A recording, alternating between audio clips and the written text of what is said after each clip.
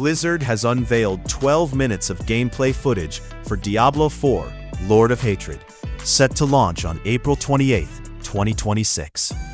The video showcases an intense sequence where players navigate a ship besieged by monsters, culminating in a battle against a sea-borne foe. This expansion introduces the Paladin class for Deluxe Edition buyers and adds the Warlock upon release. Additionally, a comprehensive skill tree rework and significant adjustments to endgame content are on the horizon.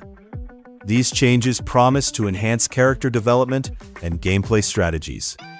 As Blizzard continues to expand the Diablo universe, players can expect a darker narrative as Mephisto's story unfolds. The excitement builds around the upcoming launch.